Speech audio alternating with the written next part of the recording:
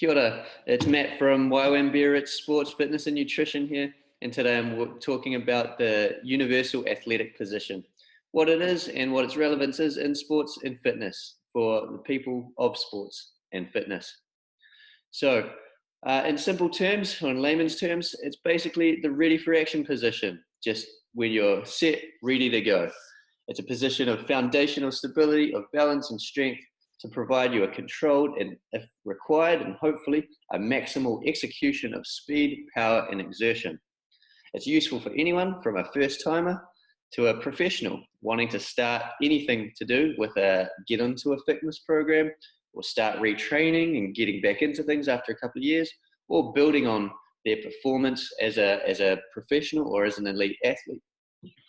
What isn't the universal athletic position? Well, quite thankfully, if you're wanting to start a journey of fitness or health or getting into some sort of athletic or sporting pursuit, and then it doesn't require us to be Superman or Superwoman and have the ability to either hold our full body weight through our arms and despite what some gym bunnies might think or long for and try to prove otherwise, our biggest and strongest muscles aren't actually found in our arms, but are in our lower body. And so that's where our biggest and strongest base of support comes from. And so that's what we need to use as our platform for strength, stability, and explosiveness. We also don't need the balance of a flamingo or the ability to jump and kick ourselves in the back of the head. So although that's pretty cool, if we had to do that to start getting into any type of sport and fitness, the participation numbers would be somewhat limited, I would dare to say. In all its simplicity, what is the universal athletic position? Well, basically, it's a quarter squat. Having your feet flat on the ground, with your weight mostly transferred through the shoelaces, or where your shoelaces would be if you're wearing shoes, or the balls of your feet, if that helps you. And it's just to be ready to initiate and activate a movement. Hopefully you can transfer your weight as quickly and as strongly and easily as possible, which is very difficult to do if you're sitting back and your weight's backwards and it's through your heels. So you want to keep your knees nice and soft as well, just slightly bent, ready to absorb any forces. And depending on the sport and the surface that you're in, the tilt of your hips or your head position, your arms might be a bit different. Your trunk, you do want to keep nice and strong. So what I'm talking about from your trunk is from about your armpits down to your hips, and maintaining a position like you're stuck in a bit of a tube, if you had a tube around you, to help transfer the load from the bottom to the top, or through a rotation from side to side, and spreading the tension throughout the body so that it's not just concentrated in one part. So as you can see, there's a huge variety of people, places, sports and conditions that the universal athletic position is applied.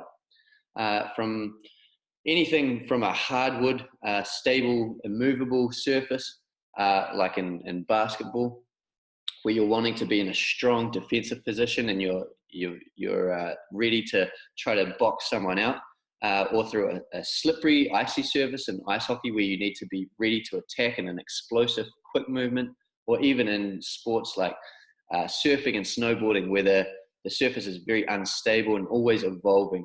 And so the weight shift and the power and the change of direction needs to be happening in an instant.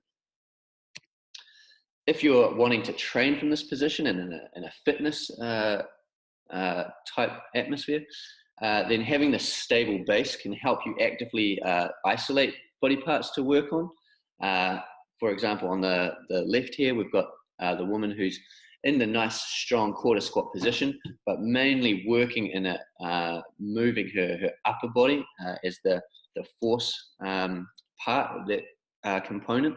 And on the right here, we've got a woman doing a rotation component with a ball, shifting her weight from one side to the other as well.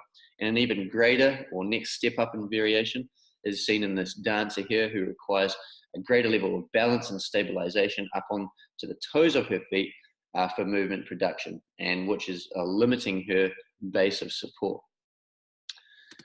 So to conclude, as I've said, The universal athletic position is really just this ready for action position for explosiveness and a strong foundation for exertion. It's very simple, it's familiar, and it's achievable, and you can get into it from as a young child, so you know what it is, and it's something that your body can easily do. It's not an extravagant amount of balance or strength required. And so it's a position that you can start in from a basic fitness level right through to elite training. And it's also adaptable for a large range of sports, a large range of athletes involved in all types of sports and fitness endeavors. So I hope that's answered any questions about what you need to start off a training or a strong foundation for any sport, fitness, or training to take you to that next level. Cheers.